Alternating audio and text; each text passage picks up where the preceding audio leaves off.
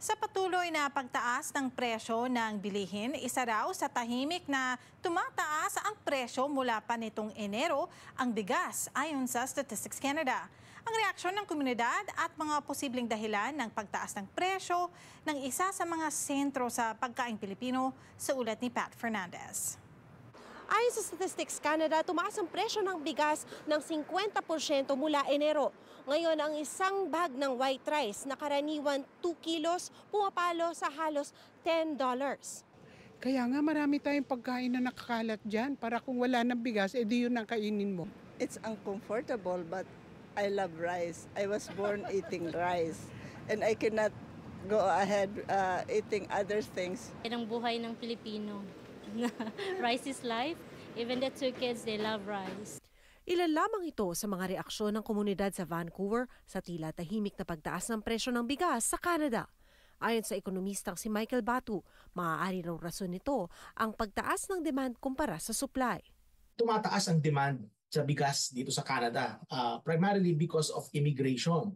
Kasi ang yung mga Canadians naman, di ba, yung mga nandito na, yung mga ibang lahi, hindi naman sila malakas sa bigas. It's usually Asians, no, na malakas sa bigas. Since may demand din galing sa iba't ibang mga bansa, yan ang humihila ng presyo pataas. If we were to look at prices globally, medyo may pagka-volatile ito.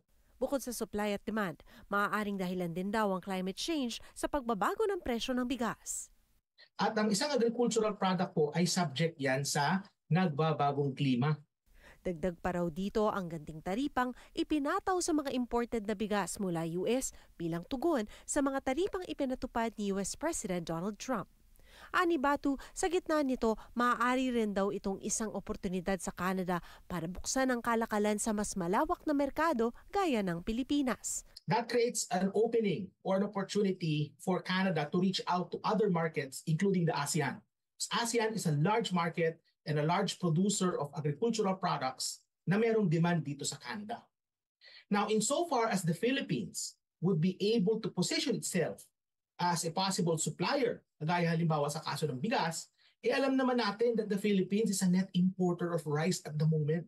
Samantala, ang ilang Filipino restaurants gaya ng Kumare Express gumawa ng paraan para makasabay sa tumataas na presyo ng bigas at patuloy na mapaglingkuran ang kanilang loyal customers. Lahat po ng food natin naapektuhan kasi with the tariff and pagtaas ng mga price po.